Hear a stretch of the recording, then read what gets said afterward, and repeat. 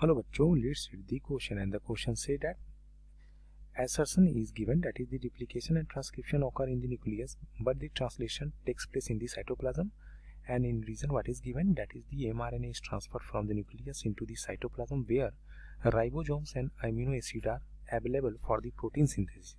तो यहाँ पे assertion रीजन दिए गए हैं, हमें यहाँ पर 5 ऑप्शंस में से सही ऑप्शंस को बताना है। तो बच्चों इस क्वेश्चन का जो की कॉन्सेप्ट होगा वो क्या होगा? इस क्वेश्चन का जो की कॉन्सेप्ट होगा वो होगा रिप्लिकेशन एंड ट्रांसक्रिप्शन।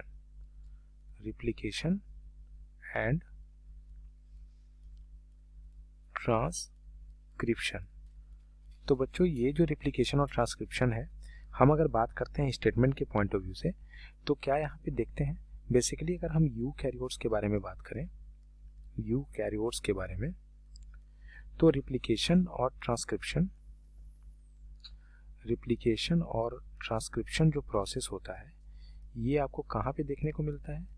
तो ये आपको देखने को मिलता है न्यूक्लियस में, ये आपको न्यूक्लियस में देखने को मिलता है। लेकिन अगर हम बात कर रहे हैं यहाँ पे mRNA के बारे में, तो that is the messenger RNA. तो मैसेंजर आरएनए जो है that is comes out from the nucleus through the nuclear pore.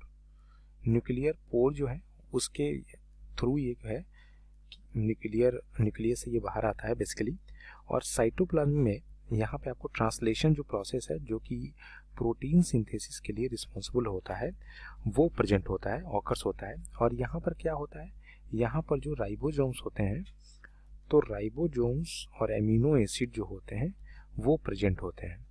तो अगर हम ऑप्शंस को देखते हैं स्टेटमेंट वाइज, तो